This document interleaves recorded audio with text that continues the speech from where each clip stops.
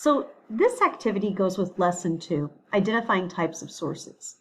The purpose of this activity is for you to understand all of the different kinds of sources that exist for research.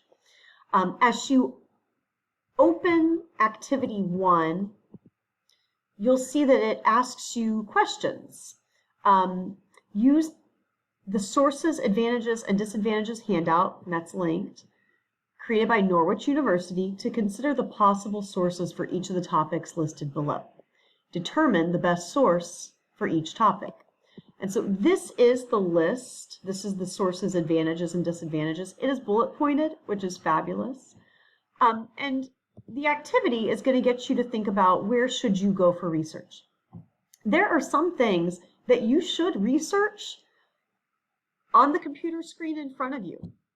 You should start typing things in and then determine whether you've got valid sources. There are some things that maybe you should come to the library for. If you are looking for books about history, you might want an actual book. If you're looking for something for your community, you've got things like local newspapers. You've got magazines, and these are going to be more current than, say, a book that was published maybe 10 years ago. And so those are the types of things that you have to think about. How new does my research need to be? And then what's going to be the best source for that, and where do I find that source? Do I need to go to the library? Is there an online database of that resource?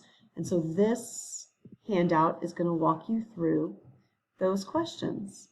Then you're going to come back and you're going to decide what's the best source for this particular topic and why. You're going to give a rationale for why. And then once you give your reasoning, this is your mastery check. Let your teacher know that you are ready to have her look, or him look at it, and then you are done.